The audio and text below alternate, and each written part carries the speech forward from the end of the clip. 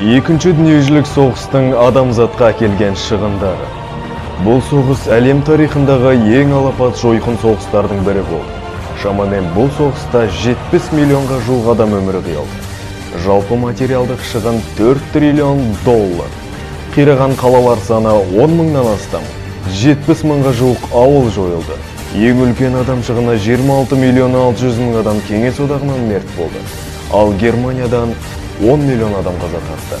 Жараланғандар мен мүгедектер саны 90 миллион адам. 25 миллион адам баспанасыз қалды. 32 мыңнан астам кәсіпорын өз жұмысын тоқтатты. Сондай-ақ Хиросима мен Нагасаки қалаларына атом бомбасы тасталып, 250 мың бейбіт тұрғын қаза тапты.